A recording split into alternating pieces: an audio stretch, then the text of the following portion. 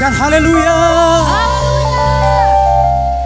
Shalom Bapak Ibu Saudara dimanapun Anda berada saat ini. Saya percaya kita tetap dalam penyertaannya Tuhan.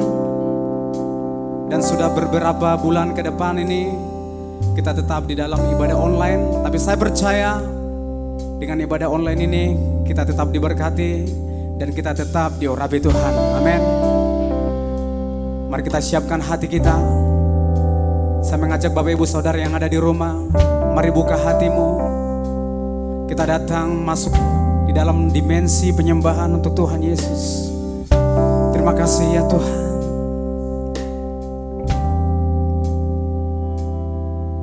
Engkau ada bersamaku di setiap musim hidupku. Tak pernah kau biarkan ku sendiri.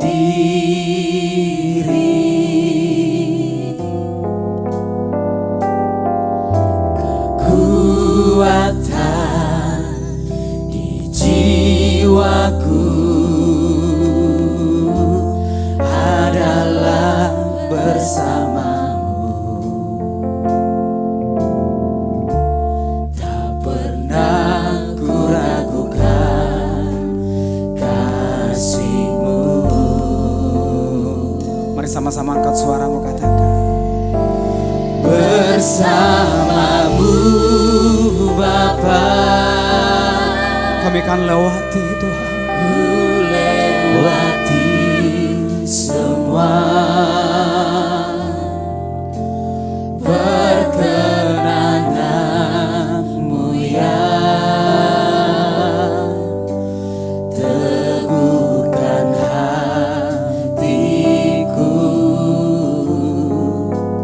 Engkau yang bertindak,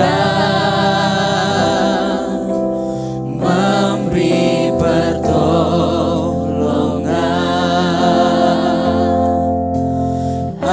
Anugerah-Mu besar melimpah bagiku. Boleh kita berikan tepuk tangan sorak-sorai buat Tuhan Yesus. Kekuatan di jiwaku adalah bersamamu. Tak pernah ku ragukan kasih-Mu. Mari sama-sama angkat suaramu. Bersamamu Bapa, ku lewati semua perkenanan-Mu yang teguhkan hati. Engkau yang bertindak,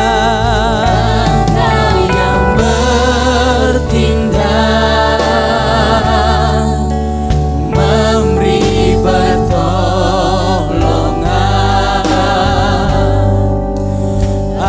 Anugerah-Mu besar melimpah bagiku. Bersamamu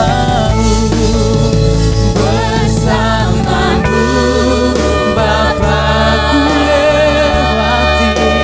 ku lewati semua perkenanan-Mu yang teguhkan hatiku, teguhkan hatiku. Mari sama-sama angkat suaramu. Engkau yang bertindak, yang selalu memberi pertolongan bagi kami ya Tuhan. Anugerah-Mu besar, anugerah-Mu besar melimpah bagiku. Mari sama-sama angkat suara mengatakan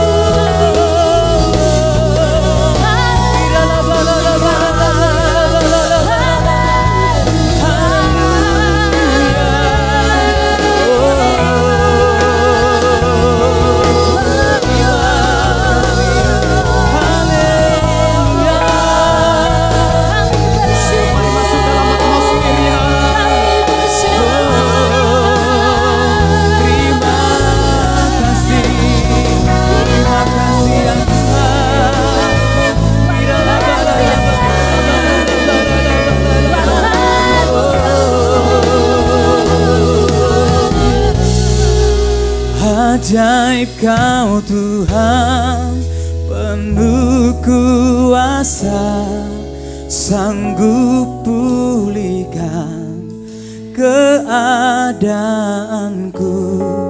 Dalam tangan-Mu seluruh hidupku tak akan goyah Mari angkat suaramu, katakan. Ajaib Kau Tuhan, penuh kuasa, sanggup pulihkan keadaanku. Dalam tangan-Mu seluruh hidupku tak akan goyah selamanya.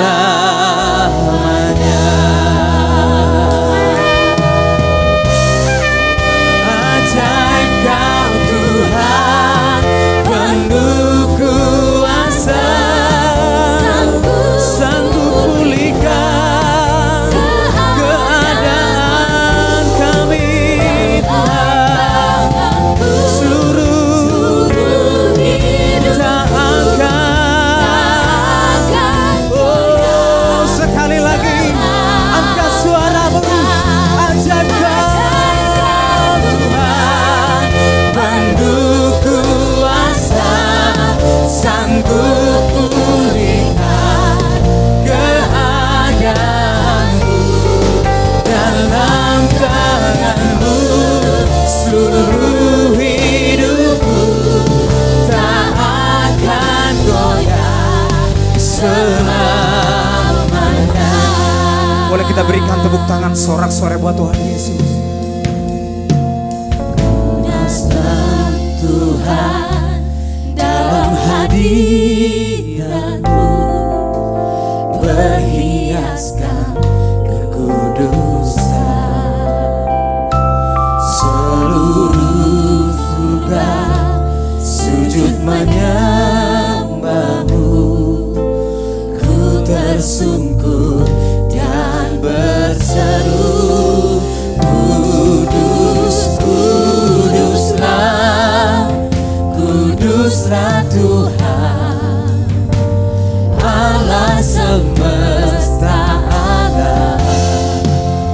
Kudus, kuduslah, kuduslah Tuhan, surga bumi menyembah.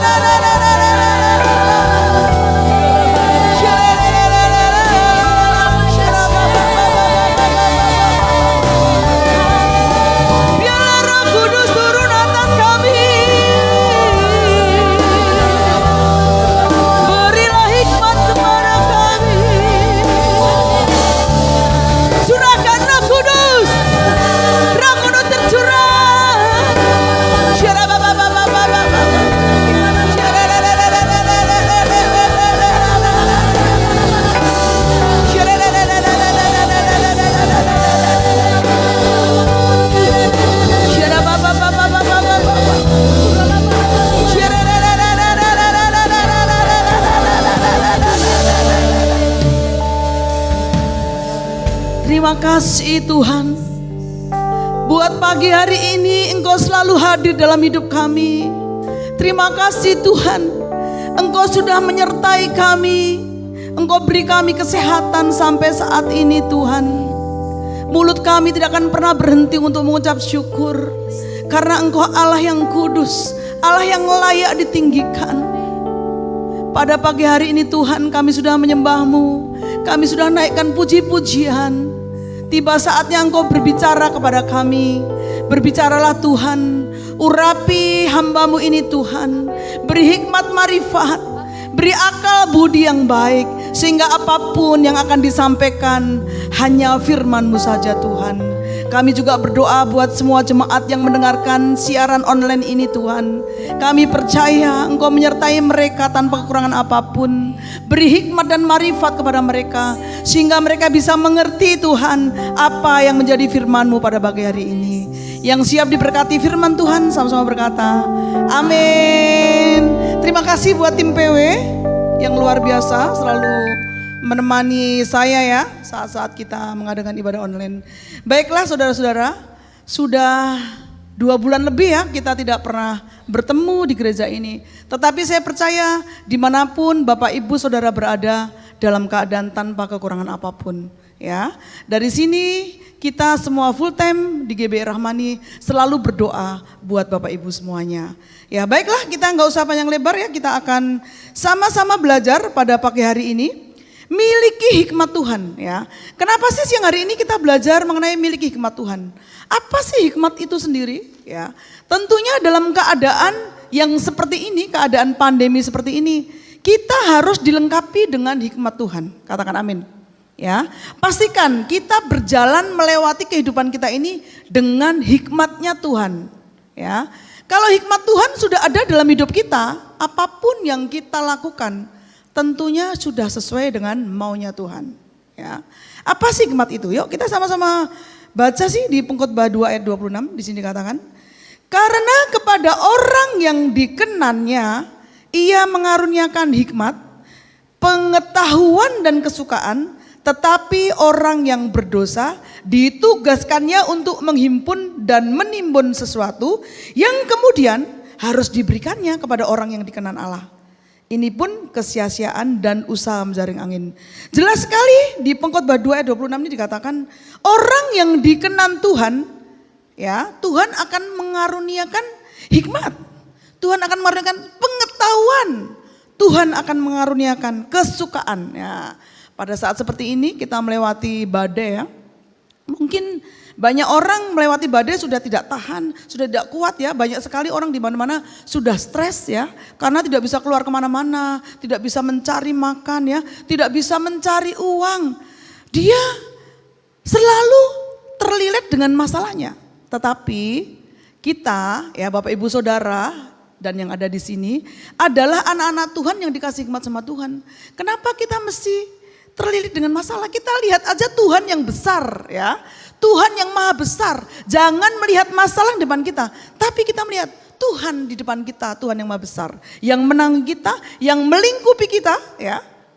Kita pasti aman. Kalau kita memilih Tuhan yang melingkupi kita, kita pasti aman ya. Di sini dikatakan orang yang dikenan Tuhan ya, dia itu pasti akan dikaruniai hikmat, dikaruniai pengetahuan, dan dikaruniai kesukaan. Nah ini yang penting nih, kesukaan. Apakah Bapak Ibu melewati badai ini dengan kesukaan?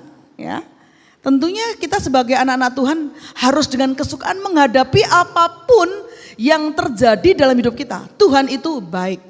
Ya, ada lakukan apapun yang terjadi dalam hidupku, Tuhan itu baik.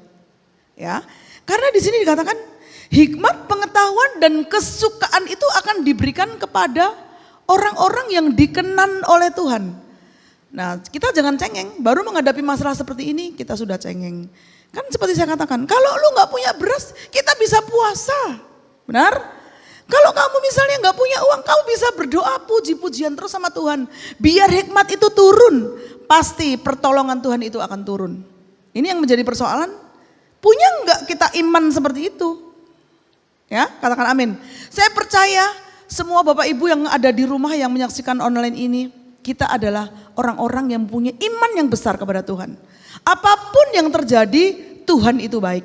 Apapun masalah yang kita lewati, beri kesukaan dalam hati kita. Karena firman Tuhan katakan, hikmat, kesukaan dan pengetahuan itu turun kepada orang yang dikenan Tuhan. Ya, jangan sampai dengan masalah COVID-19 aja kita sudah goyah iman kita. Ya, baiklah. Kita akan sama-sama ini ya belajar. Apa sih arti hikmat? Arti hikmat kalau dilihat dari bahasa Ibrani ya, kokhmah yang artinya itu sangat berhati-hati, bertindak bijak ya, kemudian menjadi ahli. Ngerti maksudnya ya? Kalau kita berhati-hati dan bertindak bijak, pasti apapun keputusan kita itu akan baik. Tidak ada orang menghasilkan keputusan yang baik tetapi dia gerusak-gerusuk ya. Bahasa Jawanya gerusak-gerusuk. Bahasa Bataknya sursar. Udah orangnya susar banget. Ada masalah sedikit aja dia gak datang sama Tuhan. Dia datang sama Tuhan, dia berdoa, dia tanya sama Tuhan, dia minta hikmat sama Tuhan ya. Kalau tadi di bahasa Ibrani, kohma itu artinya sangat berhati-hati, bertindak bijak, dan akhirnya dia akan menjadi ahli. Menghadapi masalah apapun dia ahli untuk menyelesaikan. Kalau dari bahasa Yunani, hikmat itu adalah Sophia yang artinya memiliki ketajaman untuk membedakan, untuk mempertimbangkan dan berhati-hati dan waspada. Nah, ini banyak sekali ya. Ketajaman untuk membedakan ya kan, bisa mempunyai pertimbangan, mempertimbangkan masalah dengan hati-hati ya. Kemudian dia waspada. Kalau ada masalah kita lihat Tuhan, kita waspada. Waktu waspada kita jangan gerusak-gerusuk. Kita datang sama Tuhan. Aku masalahnya seperti ini Tuhan. Menurut Tuhan bagaimana ya Tuhan? Kalau misalnya aduh belum connect, nyanyi lagi, puji-pujian lagi. Sampai Tuhan menjawab apa yang menjadi komunikasi kita kepada Tuhan. Ya, nanti coba kita sama-sama lakukan. Bagaimana hikmat itu biar turun. Ya. Jadi kalau secara keseluruhan seperti apa sih hikmat itu menurut orang Kristen ya? Menurut perspektifnya kekristenan ya, hikmat itu adalah kemampuan akal budi yang dianugerahkan oleh Allah kepada orang yang hidupnya takut akan Tuhan. Nah, takut akan Tuhan yang penting nih. Kalau kita nggak takut sama Tuhan, mana mungkin hikmat itu datang. Jadi kita bersandarkan sama kemampuannya kita sendiri. Kalau orang yang takut sama Tuhan, segala sesuatu pasti bertanya dulu sama Tuhan. Gak mungkin dia putuskan segala sesuatu dengan akal budinya sendiri. Karena dikatakan secara perspektif Kristen dikatakan, kemampuan akal budi yang dianugerahkan Allah kepada orang yang hidup takut sama Tuhan. Ya. Jadi kalau kita takut sama Tuhan, tentunya kita bisa membedakan apa yang baik dari semua jahat. Apa yang benar dari semua yang salah. Nah, hikmat ini sangat penting sekali. Dan kalau hikmat itu ada dalam kehidupan orang Kristen, pasti dia akan bertindak bijaksana dalam memutuskan keputusan. Kenapa sih hikmat itu penting saat seperti ini? Ini sangat penting. Hikmat sangat penting. Ya, baiklah. Kita belajar dari Raja Salomo yuk. Kita buka di 1 Raja-Raja 3 ayat 9 ya. Di situ dikatakan firman Tuhan. Maka berikanlah kepada hambamu ini hati yang faham menimbang perkara untuk menghakimi umatmu dengan dapat membedakan antara yang baik dan yang jahat. Sebab siapakah yang sanggup menghakimi umatmu yang sangat besar ini? Ya, Raja Salomo, ya Raja Israel, dia tidak minta Tuhan, Tuhan beri aku kekayaan, Tuhan beri aku tempat yang besar, Tuhan beri aku ya, tidak. Salomo, kita belajar dari Raja Salomo. Dia ya kaya, dia pandai, ya. Tetapi apa yang dia minta? Dia minta hikmat kepada Tuhan untuk menyelesaikan persoalannya. Kita belajar dari Raja Salomo ya. Jadi saya pastikan saat-saat yang susah seperti ini, kita semua Bapak Ibu yang ada di rumah, kita harus mempunyai hikmat Tuhan. Kita harus selalu mencari hikmatnya Tuhan, ya. Bagaimana sih caranya memperoleh hikmat Tuhan? Ya, kita akan sama-sama ini ya. Yang pertama ya di Yakobus 1 ayat 5, minta kepada Allah ya. Mintalah hikmat itu kepada Allah ya. Kita baca Yakobus 1 ayat 5. Di situ dikatakan, Tetapi apabila di antara kamu ada yang kekurangan hikmat, hendaklah ia memintakannya kepada Allah yang memberikan kepada semua orang dengan murah hati dan dengan tidak membangkit-bangkit, maka hal itu akan diberikan kepadanya. Jelas sekali Bapak Ibu Saudara, bahwa hikmat itu bisa diminta kepada Allah. Ya, tadi jelas sekali ya, seperti Raja Salomo tadi. Kalau minta hikmat sama Tuhan, itu dia harus takut dulu sama Tuhan. Ya, karena hikmat Tuhan itu bisa diminta sama Tuhan. Yang menjadi persoalan kita intim gak sama Tuhan. Ya, mungkin hikmat itu bisa turun dari puji-pujian kita, ya, dari kita menyembah Tuhan, ya, dari kita membaca firman Tuhan, ya, dari kita mengikuti ibadah, ya. Tentunya hikmat itu bisa diminta dari Tuhan. Yang menjadi persoalan, apakah kita minta sama Tuhan, apa kita nggak minta sama Tuhan? Udah jelas sekali Tuhan menyediakan hikmat, tetapi kenapa kita nggak minta sama Tuhan? Di masa yang susah seperti ini, ayo kita sama-sama memuji Tuhan, intim sama Tuhan, kita ngobrol sama Tuhan, ya, kita muji lagi sama Tuhan, kita bincang-bincang sama Tuhan, ya. Waktu kita kan banyak. Sekarang kita punya waktu yang banyak untuk intim sama Tuhan, untuk ngobrol sama Tuhan, untuk bertanya-tanya sama Tuhan, ya kan? Untuk menyembah sama Tuhan, untuk memuji sama Tuhan. Biar hikmat Tuhan itu turun atas kita. Kemudian yang kedua, bagaimana caranya kita untuk mendapatkan hikmatnya Tuhan? Yang kedua tentunya orang harus takut akan Tuhan. Ya, kita ulang ya. Yang kedua, kita biar dapat hikmat dari Tuhan, kita harus takut akan Tuhan. Kita baca Amsal 9:10 dikatakan, permulaan hikmat adalah takut akan Tuhan dan mengenal yang Maha Kudus adalah pengertian. Ya, nanti untuk poin berikutnya kita akan berbicara mengenai kudus ya. Permulaan hikmat itu adalah takut akan Tuhan dan mengenal yang Maha Kudus adalah pengertian. Di sini jelas sekali, kalau kita bekerja di suatu perusahaan, ya, tentunya kita harus takut dengan atasan kita. Benar? Ya kalau nggak takut sama atasan kita, kita dikeluarin lah pasti.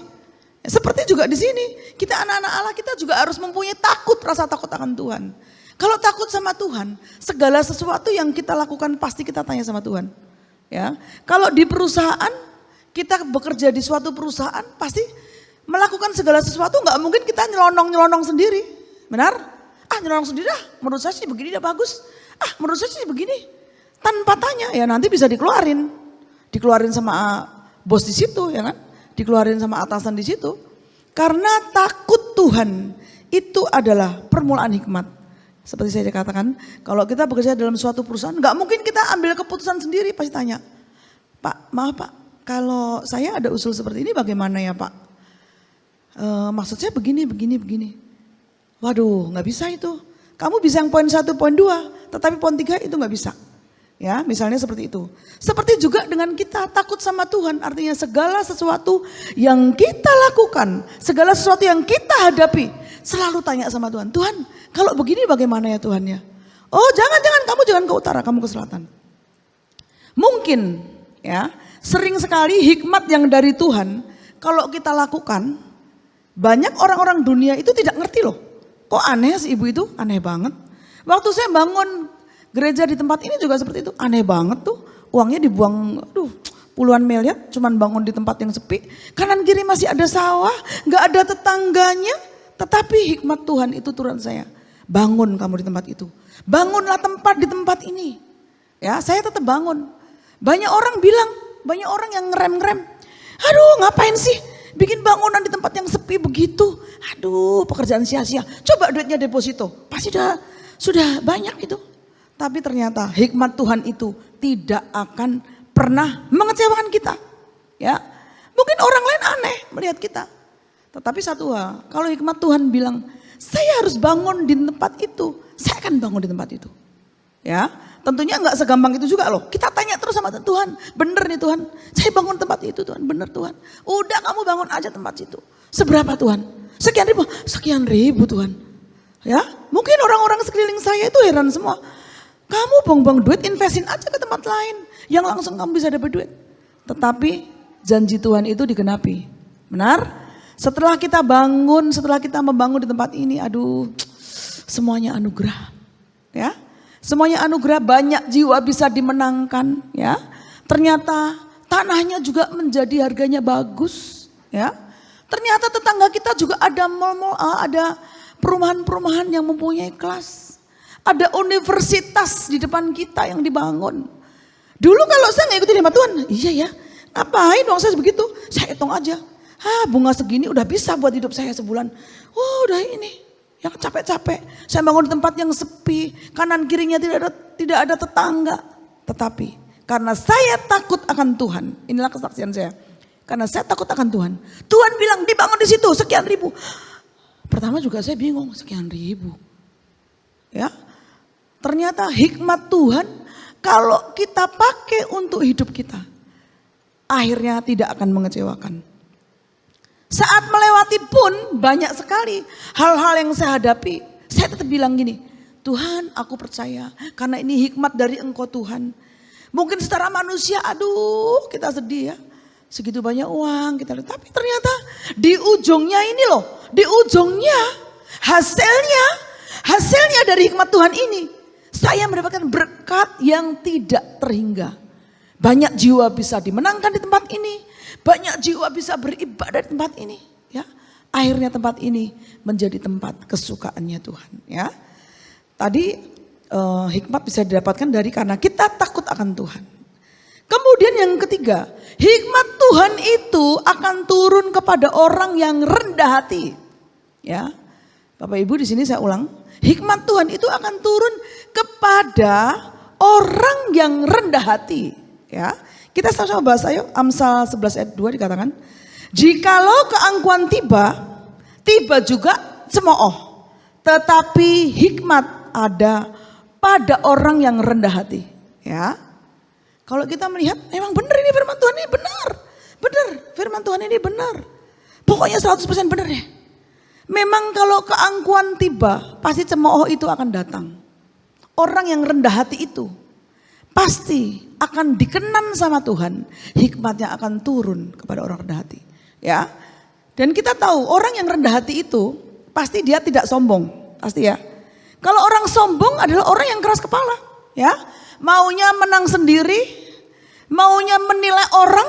Kamu ABCD kamu. Ya. Tapi dia tidak pernah melihat kesalahan diri sendiri. Ya. Kalau orang yang tidak sombong yang rendah hati. Kalau misalnya ada orang salah. Iya ya Tuhan, ampuni aku Tuhan. Mungkin tadi dia mentak saya karena aku memang jengkelin, ya kan? Tetapi apa? Tuhan bilang, ya sudah, kamu harus belajar. Karena seorang ada di sekeliling kita, Tuhan punya maksud. Katakan amin. Kalau orang yang tidak rendah hati, pasti mau ya Bapak yang salah dong. Tadi kan saya udah bilang seperti ini, nih ngerti gak? Seminggu yang kemarin, Bapak tuh begini. Loh, kok seminggu kemarin masih diomongin? Ya. Kalau orang yang dikenan Tuhan tidak pernah menyimpan hari kemarin, 2 hari kemarin, 3 hari kemarin, seminggu kemarin, bahkan setahun kemarin. Waduh. Ya, orang yang rendah hati tidak sombong. Pasti sebelum orang itu, kadang-kadang kita juga heran. Teman saya bilang, Tuti, kamu tuh bodoh banget. Orang dia udah nyakitin kamu gitu. Kamu masih baik aja sama orang begitu. Tapi akhirnya apa? Ada sesuatu hal yang baik yang kita impartasikan sama orang itu. Ya, karena kan saya juga ingin berkenan sama Tuhan. Menjadi orang yang rendah hati, ya kita kan belajar menjadi orang yang rendah hati. Rendah hati itu berarti dia tidak sombong, ya. Kalau orang rendah hati, dia justru walaupun orang itu salah, mungkin dengan karena dia salah kita minta maaf, orang itu sadar loh. Kok biaya bener juga ya, aduh nyesal saya tadi, saya minta ibu itu nyesal. Ternyata memang saya yang salah, ternyata salah ngerti. Tadi itu memang harusnya diangkat di situ, tapi saya sudah marah dulu sama dia. Tetapi kok dia minta maaf ya sama saya. Nah di sini orang yang rendah hati, ya orang mungkin bilang gini, bodoh banget sih. Kasih pelajaran dia, orang dia udah salah kok. Kasih tahu dong kamu salah begini. Ternyata orang yang rendah hati ini yang dikenan sama Tuhan, hikmatnya akan turun. Ya, jangan sampai kita menyimpan sesuatu yang ya kan, ibu itu salah, ibu itu salah. Kalau yang orang rendah hati, Bu, aku minta maaf ya. Walaupun sebenarnya udah jelas ibu itu salah, tetapi kita duluan minta maaf, ya. Nah, jemaat GBI Rahmani ini saya katakan, ya, ini pesan yang sangat baik. Apalagi kita kan kebanyakan orang-orang dari Tapanuli ya. Orang-orang Tapanuli ya, punya farm ya, punya marga ya. Mungkin kita ada di arisan, mungkin kita ada di parpunguan ya. Karena kan dengan parpungan kan berbanyak-banyak orang, dengan berbanyak-banyak ide, dengan berbanyak-banyak pikiran ya. Apapun yang kita jalanin pasti diomongin, benar? Itu ibu itu bajunya kepanjangan. Oh, si bapak itu kok bajunya putih terus? Waduh, si ibu itu kenapa ya? Kok dia ngomongnya begitu terus? Kalau orang yang baik, jangan jadi omongan tetapi tegur langsung kepada orangnya. Kalau dia keras kepala bagaimana? Ya sudah, serahin sama Tuhan. Tuhan, aku serahin orang itu. Biar Tuhan sendiri nanti yang menegur ya. Di sini dikatakan orang yang mendapatkan hikmat Tuhan itu adalah orang yang rendah hati. Orang yang rendah hati itu dia selalu bisa apa? Selalu bisa melihat kekurangannya orang lain, ya. Dan dia tidak sombong. Kemudian yang keempat ya. Yang keempat, hikmat itu akan turun kepada orang ya kalau dia rajin baca firman Tuhan. Bapak Ibu, saya selalu berkali-kali dari mimbar ini berkata, rajinlah baca firman Tuhan. Kita orang Kristen dikasih firman, dikasih Alkitab yang begitu luar biasa. Semua kehidupan kita jawabannya ada di Alkitab. Ceritanya seru, benar? Memang kalau belum memulai itu rasanya malas, aduh tebel ya gini ya. Kita sekarang enak, bisa dari handphone, tidak perlu pakai Alkitab yang tebal ya. Bisa dari iPad ya, bisa dari komputer ya, bisa dari laptop, benar? Karena hikmat itu ada di firman Tuhan.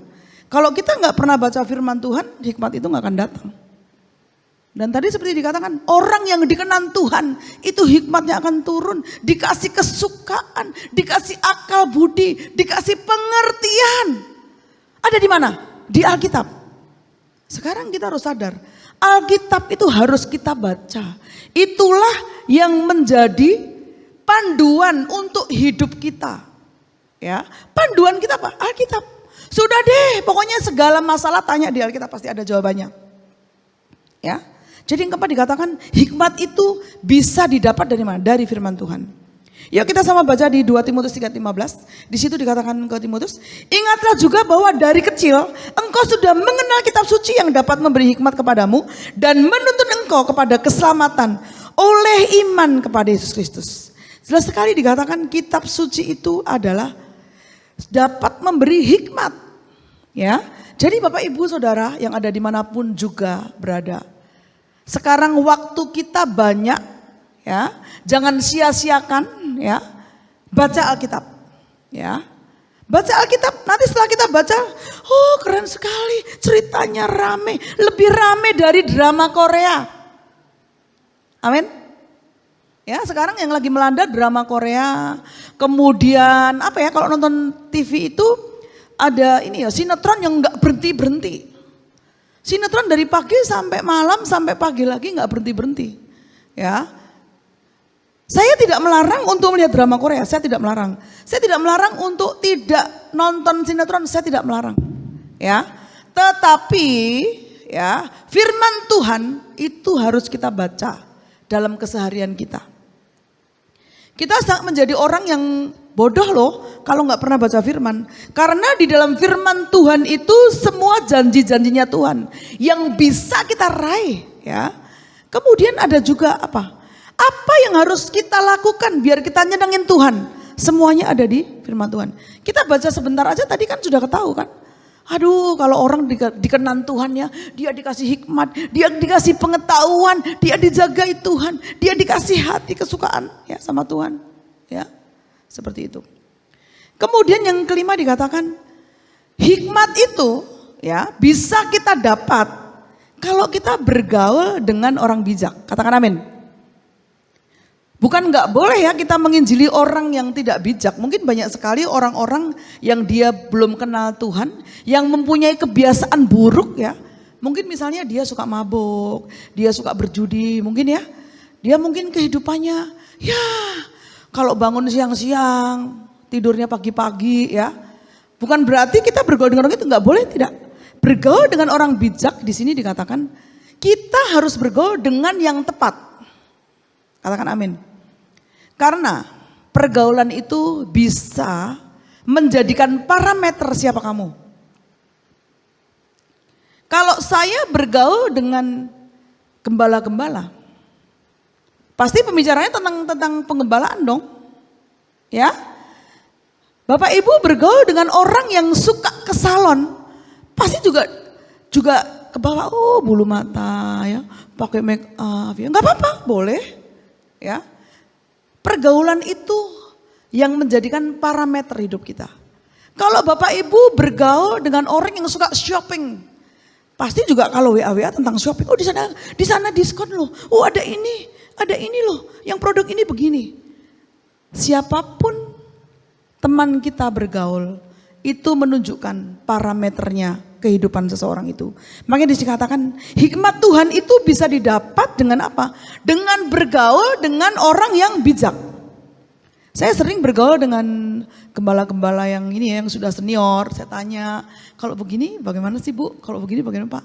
Oh ini begini, kalau pengalaman kita, oh begitu ya. Kalau seperti ini bagaimana? Oh kamu harus begini nih caranya. Oh ya. Karena apa? Hikmat itu bisa datang kalau kita bergaul dengan orang-orang yang bijak. Orang bijak itu adalah orang yang dia memang berkenan sama Tuhan. Ya. Kita baca Amsal 13:20.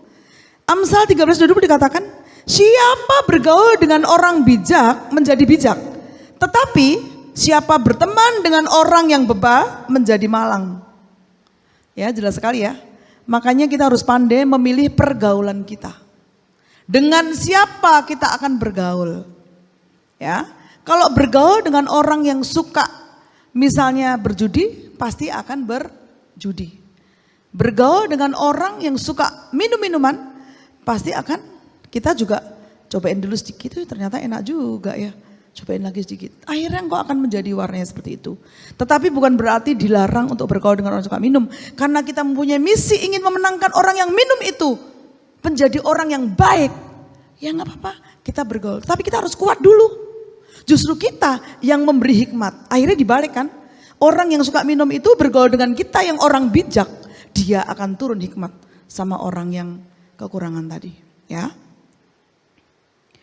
Kemudian yang terakhir, ya, hikmat itu akan turun kepada orang yang dia bisa menjaga kekudusan, yang dia bisa menjauhkan dari kenajisan. Kita belajar dari Daniel ya, Daniel 1:8 dikatakan, Daniel berketetapan untuk tidak menajiskan dirinya dengan santapan raja dan dengan anggur yang biasa diminum raja. Dimintanyalah kepada pemimpin pegawai istana itu supaya ia tak usah menajiskan dirinya. Inilah cara Daniel. Makanya dia mempunyai hikmat. Sampai raja pun tanya dia arti mimpinya seperti apa. Ternyata Daniel ini adalah orang yang menjaga kekudusan. Yang menjaga kekudusan dan menjauhkan dari kenajisan. Ya, terkenal ya dengan puasa Daniel ya. Puasa Daniel itu adalah puasa yang tidak makan daging. Jadi dia hanya makan sayur-sayuran. Ternyata dari Daniel 1:8 ini jelas sekali. Dia tidak mau menajiskan dirinya. Dia harus mengkuduskan dirinya. Ya, Bapak Ibu yang ada dimanapun berada. Kuduskan dirimu. Isi pikiranmu yang positif. Katakan amin. Kalau ada TV, film yang porno-porno, jangan, stop. Ya, karena itu akan mencemari tubuh kita. Ya. Yang porno, yang tidak baik ya, kata-kata yang menghujat. Benar? Sekarang banyak sekali karena multimedia itu kan, karena medsos itu sudah terbuka begitu lebar ya. Kata-kata menghujat, kata-kata yang penuh kebencian, jangan, jauhkan, buang dari hatiku, buang dari hatiku. Jaga tubuh kamu kudus, biar hikmat Tuhan itu turun. Yuk kita panggil tim PW ke depan. Baiklah, caranya untuk beli hikmat tadi ada berapa? Ada 6. Yang pertama minta kepada Tuhan, yang kedua takut akan Tuhan. Yang ketiga hiduplah dengan rendah hati. Yang keempat rajinlah baca firman Tuhan. Yang kelima bergaulah dengan orang yang bijak. Yang keenam kita harus jaga kekudusan ya. Kemudian kita baca yuk. Tanda orang berhikmat ya di layar ada. Yang pertama pasti dia mampu mengambil keputusan dengan baik. Yang kedua, dia mampu mengelola waktunya dengan baik. Yang ketiga, dia memiliki karakter yang baik dan sesuai dengan firman Tuhan. Yang keempat, dia menjadi orang yang cakap menyelesaikan masalah. Yuk kita akan sama-sama berdoa. Hidupku menggenapi firman-Mu. Biarlah hidup kami menggenapi firman-Mu Tuhan. Sertai tiap langkahku. Kau bersamaku di dalam-Mu, jadi bukti kebesaran-Mu.